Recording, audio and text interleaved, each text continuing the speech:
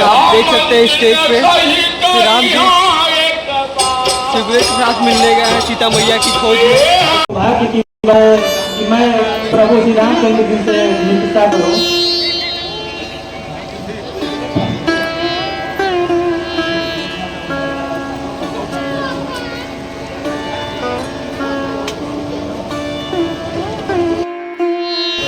आप देख सकते हैं इस समय सुग्रीव जी से मित्रता हो गई है सीता मैया की खोज में जाते हुए श्री रामचंद्र और लक्ष्मण जी के बीच। पर नजर गई वह नजारा देखा था, राक्षस की तरह भारत की तरह विमान के आवाज कुछ रोने के थे, आवाज कुछ रोने के थे। हे प्रभु श्री रामचंद्र जी, मैं अपने मंत्रियों के साथ इसी पर्वत पर बैठा हुआ था। कुछ समय पहले की बात है, एक विमान जो दक्षिण की तरफ जा रहा था, ऊपर से उसमें राक्षस बहुत हुंकार कर रहे थे। उसमें एक औरत की आवाज रोने की सुनाई दे रही थी, तो उसने राम राम करते हुए यही ऊपर से एक आभूषण नीचे गिराए। हे प्रभु श्री रामचंद्र जी, देखिए कहीं आभूषण माता सीता का तो ही नहीं है। लक्ष्मण पहचानो इन आभूषण को, क्या इसका तो आज तक कभी दृष्टि डाली ही नहीं, इसलिए ये इसको मैं नहीं बता पाऊंगा। परंतु प्रतिदिन जन वंदना करने के कारण चरण वंदना करने के कारण जो उनकी पैरों की नुपुर है, मैं उनको पहचान रहा हूँ। सुग्रीव, अब जब हम मित्र हो गए हैं तो मित्र के विषय में सारी जानकारी एकत्रित करना भी मित्र का कर्तव्य होता है।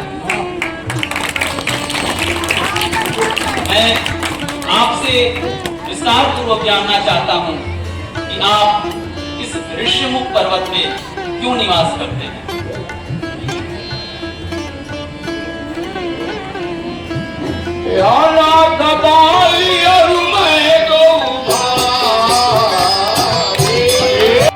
हे प्रभु, मेरा एक भाई बाली भी है। एक समय की बात है, एक मायावी राक्षस बाली को युद्ध के लिए ललकारा। बाली और उस मायावी राक्षस में युद्ध होने लगा। उस युद्ध के कारण मायावी जो है जंगल की तरफ भाग गया।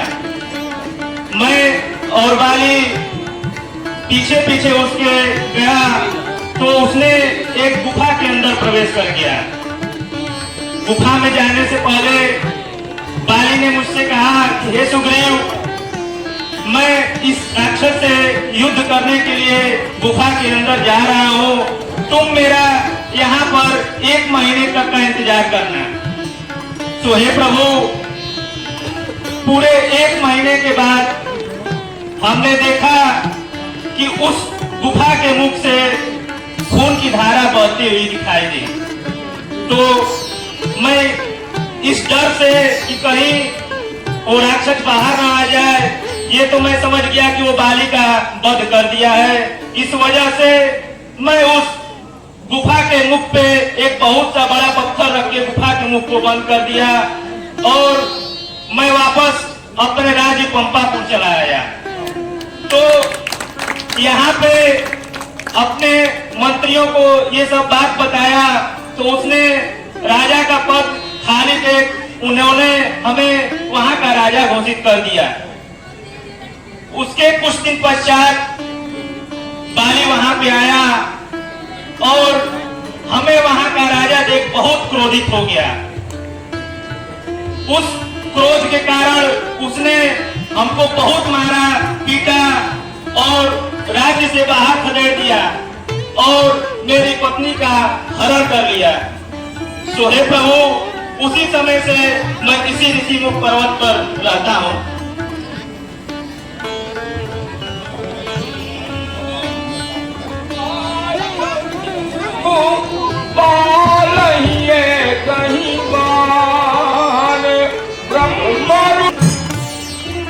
हे सुग्रीव, इस सृष्टि में सारे संबंध ईश्वर के द्वारा निर्धारित किए जाते हैं।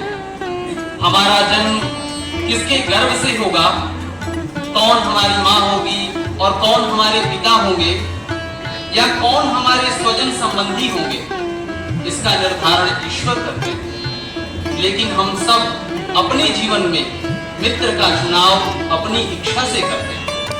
मित्र का चुनना हमारे विवेक और हमारे ज्ञान पर निर्भर करता है। मित्र के बीच में कोई धर्म, कोई जाति, कोई भेदभाव, कुछ भी आड़े नहीं आ सकता। एक राजा दूसरे राजा के साथ संधि कर सकता है, लेकिन एक राजा एक रंक के साथ भी मित्रता कर सकता है। एक मित्र के बीच में कोई अंतर नहीं होता, और जो अपने मित्र के दुख को देख करके दुखी नहीं होता, वह मित्र नहीं है। कहा जाता है कि मित्रता में स्वयं के दुख को धूल के समान समझना चाहिए और अपने मित्र के दुख को सुमेरु पर्वत के समान बड़ा समझना चाहिए, और मित्र को किस प्रकार से सुख प्रदान किया जा सके, इसके लिए एक दूसरे मित्र को निरंतर प्रयत्न करते रहना चाहिए। मैं आज आपकी इस कथा को सुन करके बहुत ही व्यथित हो रहा हूँ। बाली जैसा भाई, उसने सिर्फ राज्य ही नहीं छीना, उसने सिर्फ राजनीतिक दुरभिसंधि ही नहीं किया है, उसने पारिवारिक, सामाजिक और नैतिक दायित्वों का भी हनन किया है। मैं एक ही बाण से बाली का वध कर दूंगा मित्र, और आपके सारे दुखों का, सारे संतापों, सारे कष्टों को हर दूंगा।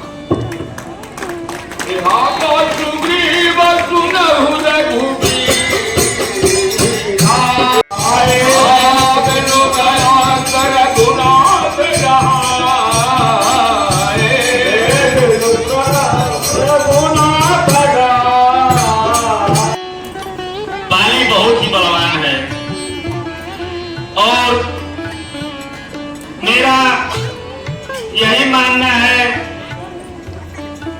कि ये जो 7 जो पेड़ दिखाई दे रहे हैं, अगर इसे कोई एक बार में गिरा देते हैं तो हम मान जाएंगे कि बाली का वध आप कर देंगे।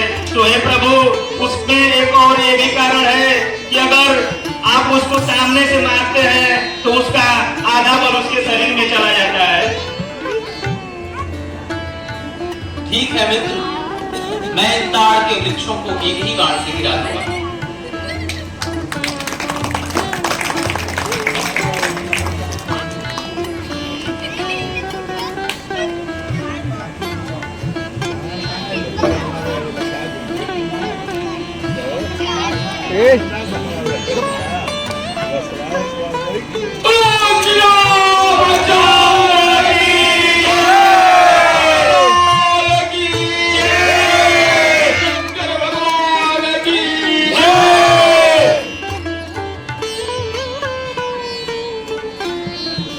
मित्र, आप जाकर के बाली को ललकारिए, उससे युद्ध के लिए आवाहन करिए और उसे इस रणभूमि में लेकर के आइए। ठीक है प्रभु, जैसे ही आप किया गया। आओ, मैं तुम्हें युद्ध के लिए ललकार रहा हूं, जल्दी आओ।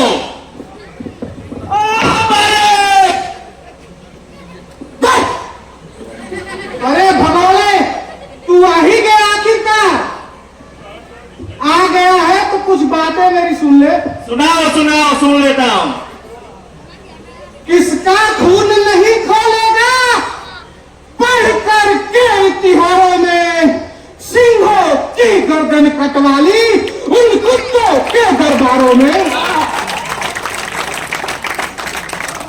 जब सिंहों की राजसभा में तुझ जैसे गीधड़ गाने लगते हैं, तब हाथी के मुंह के गन्ने चूहे खाने लगते हैं।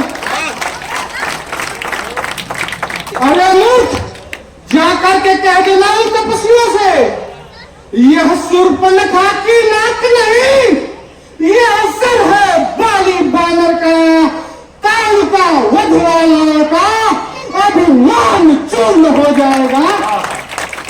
हर दूसरा वाला प्रतिघात पूर्ण हो जाएगा। आ जाओ मैदान में। आओ, कभी से बक बक बक बक कर रहे हो, आओ।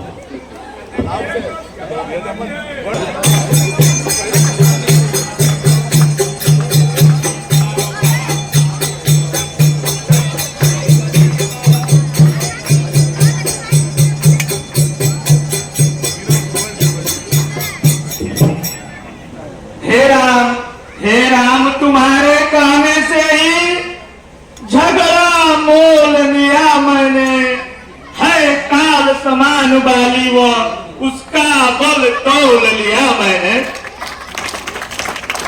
राम तुम्हारी आज्ञा से ही मेरे बाजू लड़ते ही रहे, तुम खड़े खड़े तकते ही रहे, मुझ पर मुक्के पड़ते ही गए। हे प्रभु, बाली ने आज मुझे बहुत मारा है, मार मार कर मेरे इस शरीर को बहुत चोट पहुंचाया है। आए करूप तुम भ्राता दो, आए करूप तुम भ्राता दो, भ्रमते नहीं मारे उनको,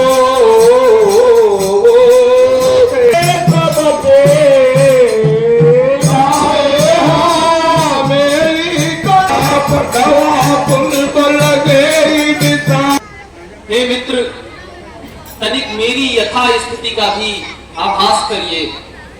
आप और बाली में इतनी एक रूपता है, एक ही जैसी कद काठी, एक ही जैसा चेहरा। कहीं मेरे बाण आपको लग जाते तो अनर्थ हो जाता।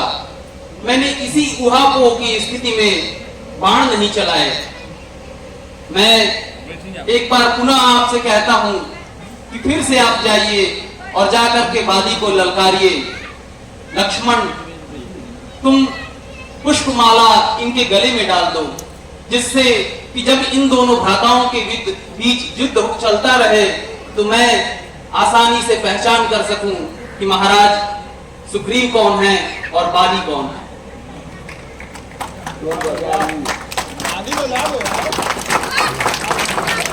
प्रभु, अब जाने का तो मेरा मन नहीं करता है, क्योंकि पहले वो मुझे बहुत मार चुका है, लेकिन जब आप कह ही रहे हैं तो एक बार और जाकर देखता हूँ।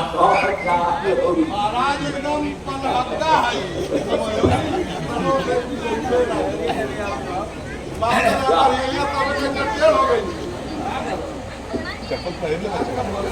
बाले, ओ बाले, आओ, एक बार फिर मैं तुम्हें युद्ध के लिए ललकार रहा हूँ। महाराज, आप जिसे साधारण मनुष्य समझ रहे हैं, वे साधारण मनुष्य नहीं है, वे स्वयं नारायण के अवतार है।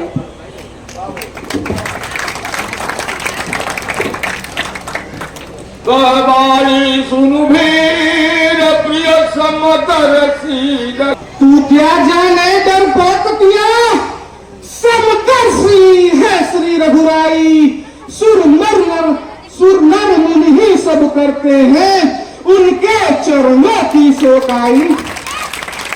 यदि मार भी दे तो डर क्या है, यह समय है मुक्ति पाने का, तो भी समाप्त हो जाऊंगा, अवसर है सुरपुर जाने का। हे प्रिय, तू तो स्वभाव से ही डरपोक प्रतीत होती है। जहां तक मैं जानता हूं कि स्त्रियों का स्वभाव ही डरपोक होना होता है, परंतु तू तनिक भी चिंता न कर। प्रभु श्री राम समदर्शी हैं और वो मेरे साथ तनिक भी अन्याय नहीं करेंगे, और यदि मैं उनके हाथों मारा भी जाता हूं तो मुझे सद्गति की प्राप्ति हो जाएगी।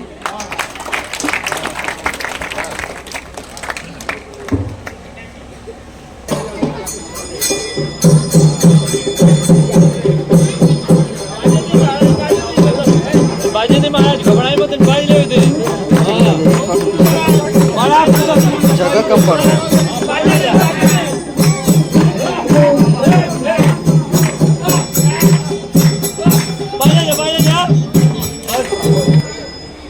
क्यों कर्म धर्म को भूल गए, था धर्म हेतु अवतार लिया, था धर्म हेतु अवतार लिया।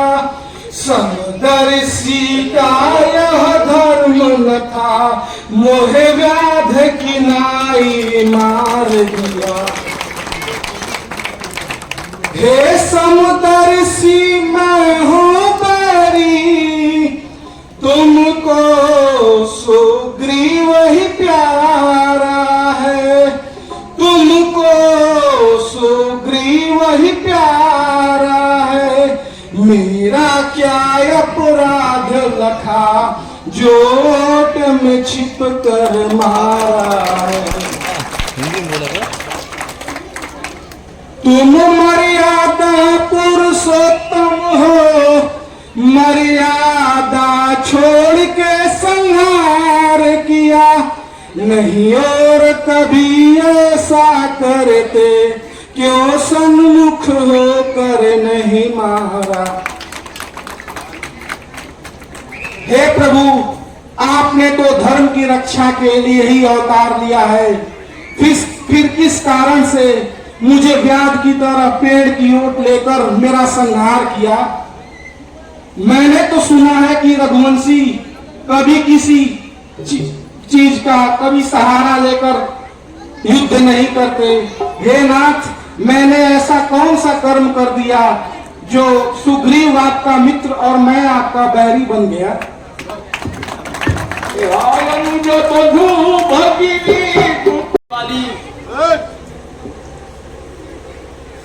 अपने संपूर्ण जीवन काल में तुमने कभी धर्म को नहीं देखा, ना कभी तुम धर्मानुरागी रहे।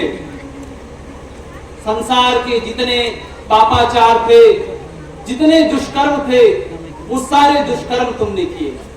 लेकिन आज जब तुम मृत्यु शैया पर हो, तब तुम्हें धर्म याद आ रहा है। तुम्हें तनिक भी विदित है कि तुमने अपने जीवन काल में क्या किया है। पुत्र वधू भगिनी सुत नारी, हे दुष्ट, पुत्र की भार्या अपने भाई की भार्या और बेटी, ये स्वयं खुद की बेटी के समान होती हैं और इनके ऊपर जो कुदृष्टि डालता है वह दंड का भागी होता है। तुमने तो अपने छोटे भाई की पत्नी रूमा को अपने वश में कर लिया और उसके साथ सपत्निक जीवन जीने लगे। आज जब तुम मृत्यु शैया पर हो, तब तुम्हें धर्म का पाठ याद आ रहा है।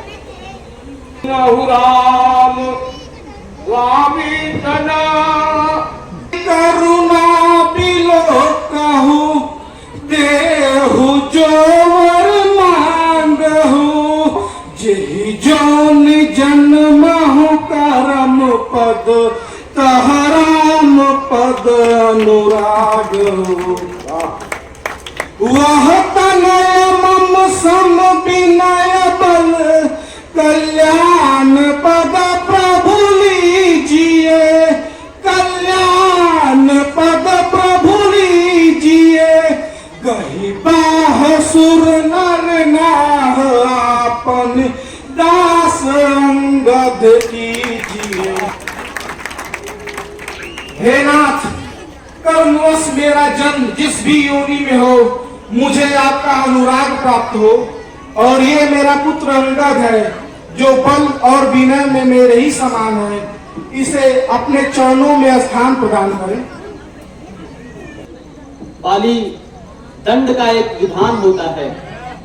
किसी भी मनुष्य या किसी भी योनि में जन्म लिए किसी भी जीव के द्वारा अगर कोई अपराध किया जाता है, तो उस अपराध का दंड उस राज्य का राजा दे सकता है और यह संपूर्ण ब्रह्मांड, संपूर्ण पृथ्वी इक्ष्वाकु वंश के राजा के द्वारा ही संचालित होती है, जिसका नेतृत्व आज भरतलाल कर रहे हैं। और मैं उनके नेतृत्व में ही संपूर्ण पृथ्वी को भय और अपराध से मुक्त करने चला हूं। इसी क्रम में मैंने तुम्हें दंड दिया, लेकिन नीति कहती है, मनुस्मृति में भी कहा गया है कि अगर किसी व्यक्ति को एक बार दंड दे दिया गया तो पुनः उसे दंड नहीं दिया जाना चाहिए। आज तक तुमने जितने भी अपराध किए अपने जीवन में, जितने भी पाप कर्म किए, जितने भी राजनीतिक पारिवारिक दुर्विसंधियों का तुमने पालन किया, आज उन सारी चीजों का दंड तुम्हें प्राप्त हो चुका है। तुम कहो तो हम सब तुम्हें तुम्हारी सेवा करके तुम्हारे शरीर पे लगे हुए घावों से तुम्हें मुक्त कर देंगे और तुम्हें अभय कर देंगे।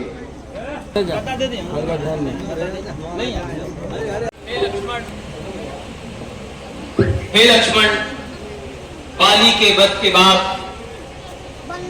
तुम जाकर के महाराज सुग्रीव का राज्याभिषेक करो और अभी चतुर्मास लगने वाला है। महाराज सुग्रीव अपने राज्य की तमाम व्यवस्थाओं को कुशलता पूर्वक देख सकेंगे, क्योंकि जब चतुर्मास लग जाता है वर्षा ऋतु का आगमन होने वाला होता है, तो सारे नदी नाले भर जाते हैं। आवागमन की स्थिति को कुछ क्षण के लिए विराम दे दिया जाता है। जब तक चतुर्मास चलेगा तब तक महाराज सुग्रीव अपने राजकाज की व्यवस्था को कुशलता पूर्वक देखेंगे और चतुर्मास बीतने के बाद महाराज सुग्रीव अपनी वानर सेना के साथ सीता की खोज में लग जाएंगे। जो आता है भैया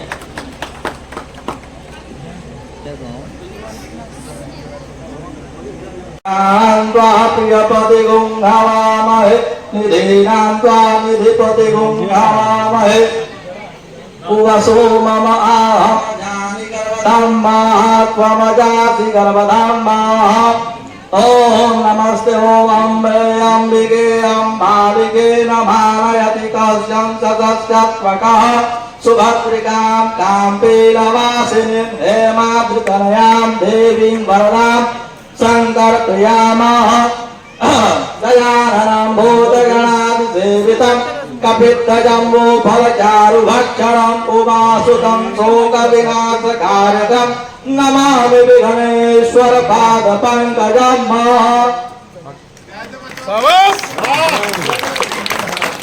ओ सुग्रीव महाराज की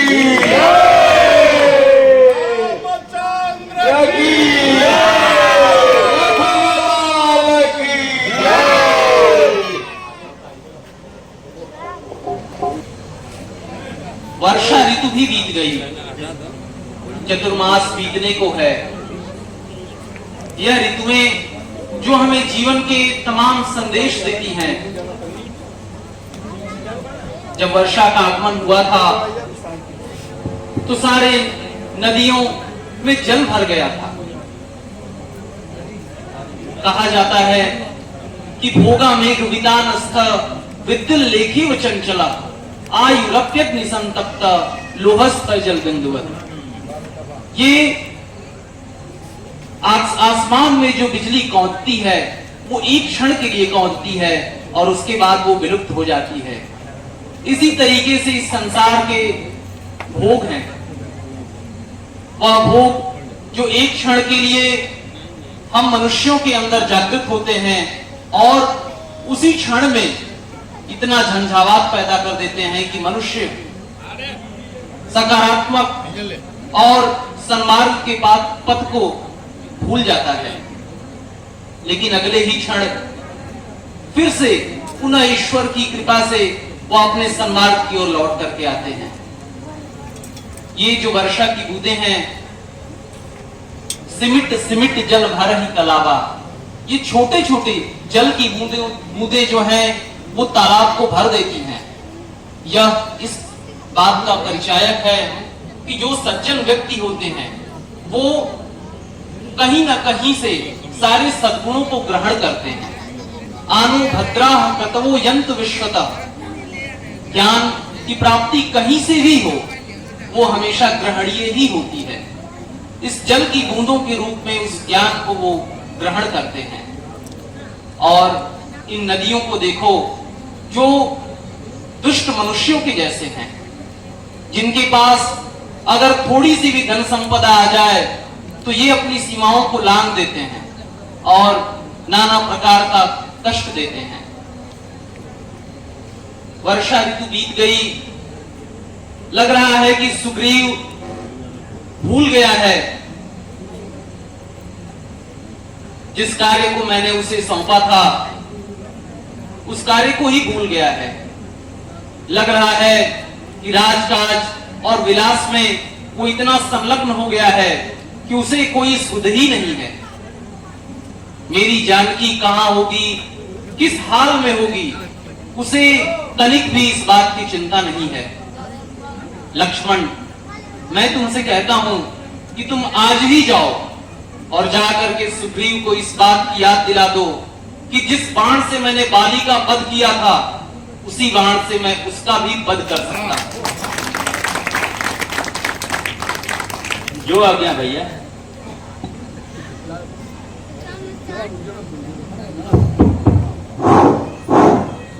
लक्ष्मण जी चले गए हैं सुग्रीव को समझाने के लिए। लक्ष्मण जी अत्यधिक क्रोधाग्नि में जलते हुए मानो वे पवन के वेग से आपके तरफ आते दिखाई दे रहे हैं। हे महाराज, लगता है उन्होंने आपको एक संदेश भेजा है। जब आपकी और सुग्रीव जी, आपकी और राम जी की जब मित्रता हुई थी तो आपने उन्हें एक वचन दिया था कि मैं अपने इस मित्रता का भार निभाऊंगा और आपकी भार्या को खोजने में मैं मदद करूंगा। पर महाराज, आप राजमर्ग को पा जाने के बाद कदाचित उस वचन को भूल गए हैं। लगता है उसी वचन को याद दिलाने के लिए प्रभु श्री राम ने यह संदेश भेजा है। महाराज,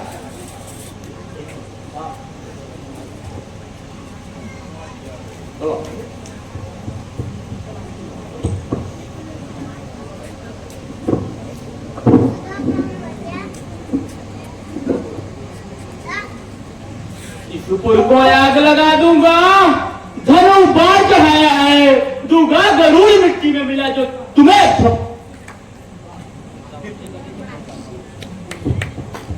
जब तुम्हें अब छाया है, हे मूर्ख सठ बानर, राम जी द्वारा तब प्राप्त करने के बाद धन दौलत संपत्ति भोग विलास में लिप्त इतने हो गए कि तुमको ये भी याद नहीं रहा कि जो तुम मित्रता का वचन दिए हो उसका पालन करना है कि नहीं करना है।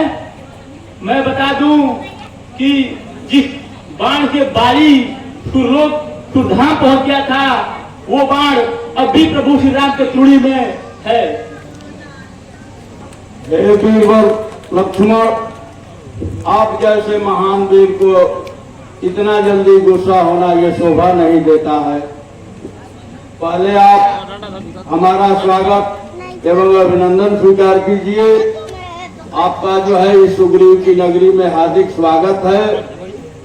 और आपके आने से पहले अभी हम लोग मंत्रणा कर रहे थे कि हम लोगों में थोड़ा विलंब हो गया है, इसलिए आपके आने से कुछ घंटा पहले आधे से अधिक सेना को हम लोगों ने चारों दिशाओं में छींट दिया है। अभी हम लोग इतना कृतज्ञ नहीं है महाराज, जो कि आपके और भगवान श्री राम के दिए हुए वचन को हम लोग भूल जाएंगे। हम बानर जाते हैं, हम बानर जाते इतना जल्दी कृतज्ञ नहीं होते हैं, हम मानव नहीं हैं।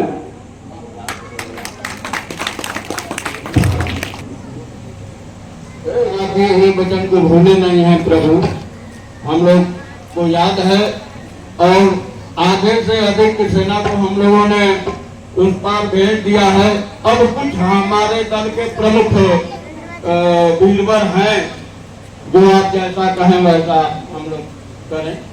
मित्र सुग्रीव, आप संपूर्ण सेना का कुशलतापूर्वक विभाजन करिए कि किस दल को किस दिशा की ओर भेजा जाए, जिससे शीघ्रातिशीघ्र सीता का पता लगाया जा सके।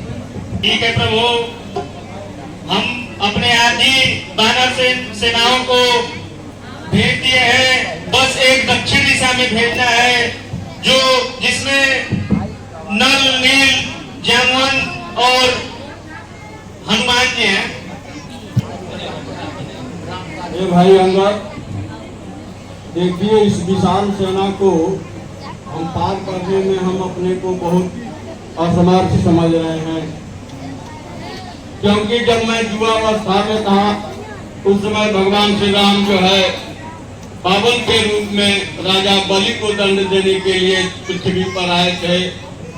उस समय हम एक पल में इस पूरे ब्रह्मांड को सात चक्कर लगाए थे, लेकिन आज वृद्धावस्था होने के नाते इस समुद्र को हम पार नहीं कर सकते हैं। तो क्या आप उस पार जाने में समर्थवान हैं? महाराज चले तो जाएंगे, लेकिन वापस आने में कुछ दिक्कत लग रहा है, संदेह लग रहा है हमको।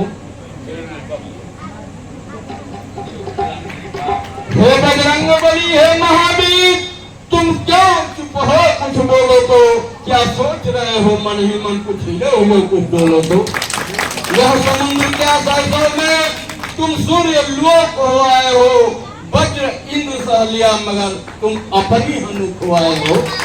जो बल है तेरे करुण पंख में, वो बल है पुष्प भुजाओं में, पवन देव सदृश समान है कथित तुम्हारे पाँव में।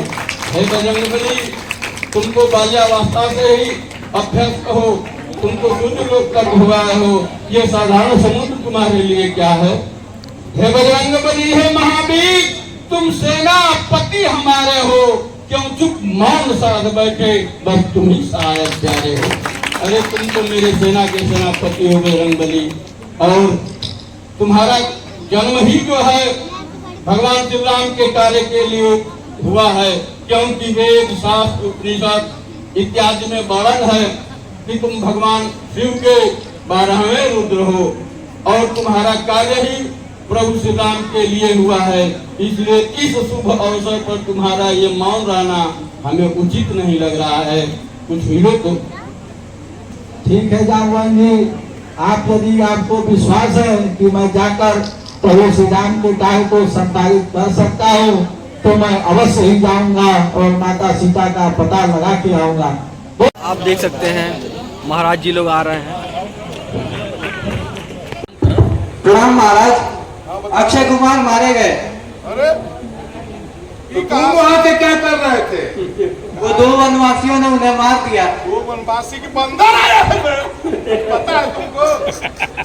क्या बताओ, एली का बुद्धि उसी दिन से भ्रष्ट हो गई है जिस दिन से आप जो है उधर से हरण उड़ करके आए हैं। अभी सारे रात को सपना भी देख रहे हैं, सब देख रहे हैं, सब उल्टा सीधा अपना जो ही आता है असल में खा के सब पिल्ला हो गए हैं। क्या करेंगे महाराज? अब बंदर एक आयल में तो तपस्वी दिखाई दे रहे हैं सब। देखो बेटा इंद्र कैसा है बंदर आया है, आकर के इधर उधर करेगा, मारना मत, उसको पकड़ के लाओ, थोड़ा देखे कैसा बंदर।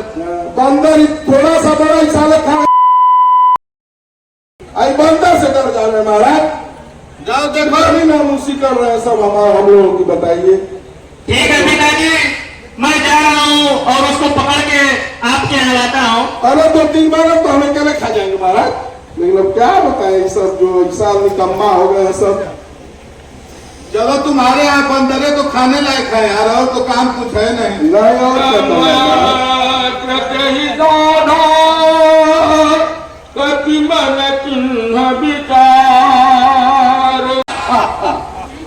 बंदर बेहुदा है क्या कहता है महाराज? ये तो कहीं हम ऊपर ऊपर बिक चल जाए लोका दी भाई। कुछ हाल सुनारे कभी मुझे, तू कौन कहाँ से आया है, कहीं कारण पर मेरा शोक बता।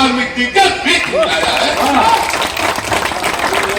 क्या नहीं जानता नाम मेरा, लंकेश है रावण नाम मेरा, नर बानर दुनिया को खोना काम मेरा। कैसे होगा? क्या हमारा नाम नहीं जानते हो? किस राज्य में हो? कैसे तुम इधर चले आए? बता। एक ही काम गड़बड़ किया, वो मार दिया महाराज। कैसे मार दिया? आगे फेंकवा देंगे।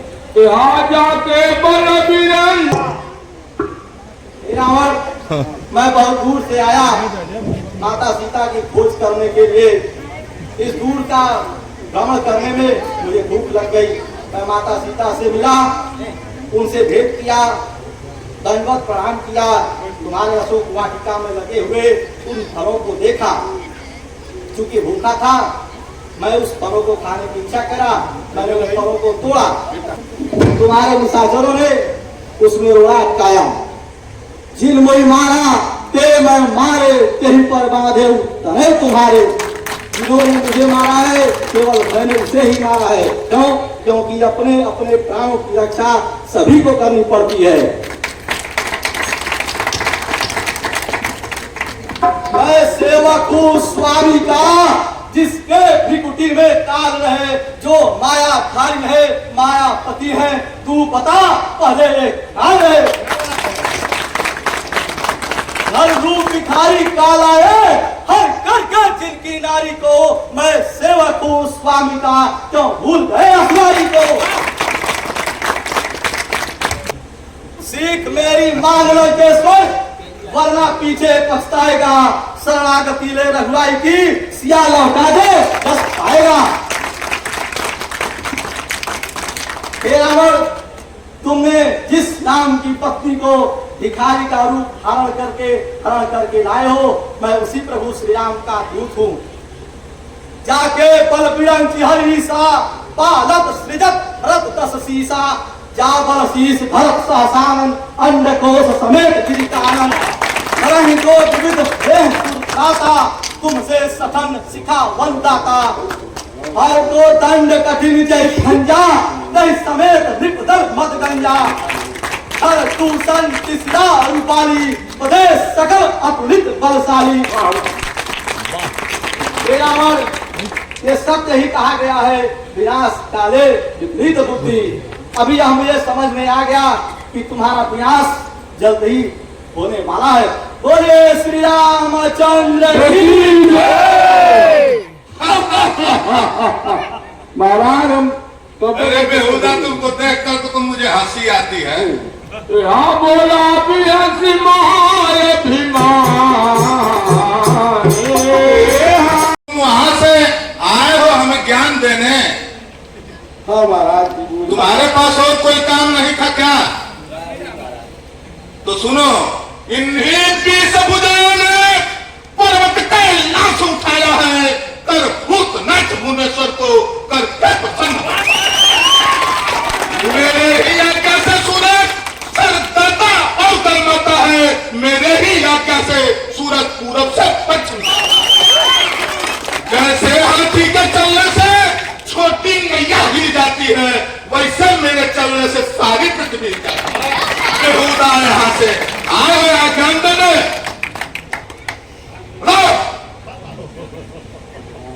दरबार है, चौपाल नहीं है बंदरों का जो इधर उधर कूद कूद के अपना पैसा कमाए मदारियों जैसा। आए हो मदारियों का है कि दरबार है रावण का? तमीज से रहो, नहीं तो यहां से फेंकेंगे तो सीधा चले जाओगे थी ना, उससे इधर नहीं रुकोगे। अपनी उम्र जो ही गवा रहा है, यह ताजुब कि वो मुझे बेहुदा बता रहा है।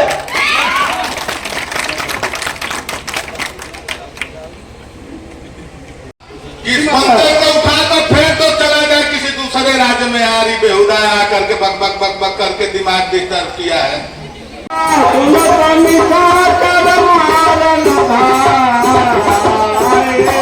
करना उचित नहीं होता, क्योंकि यह जो है भगवान का संदेश लेकर के आया हुआ है। हमारी तो यही राय है कि इसको आप कुछ दूसरा दंड दे दें महाराज। चलिए भाई विभीषण आप आ गए हैं तो आप तो बहुत ज्ञाता हैं। देखो कुछ इसको उचित दंड दो ताकि अपने मालिक के पास से जाए ना तो उसको भी देख करके इसको शर्म आए कि कहां से आ गया। ठीक है, कुछ इसको दंड दो उचित। और महाराज बंदरों की ममता जो है पूंछ पर होती है, हमारी समझ से इसकी पूंछ में जो है आग लगा दी है। ठीक है, इसकी पूंछ को ही गुंडा करके भेजो ताकि जाके अपने मालिक के पास कुछ हंसी का पात्र बने। राज्य से भी निकले तो लड़के ढेला वगैरह मार के बाहर कर दें। बेहुदा करके यहाँ बक बक बक बक कभी का करके दिमाग डिस्टर्ब कर दिया है। ले भाई जी महाराज, ले उनके हाथ में आग लगाओ।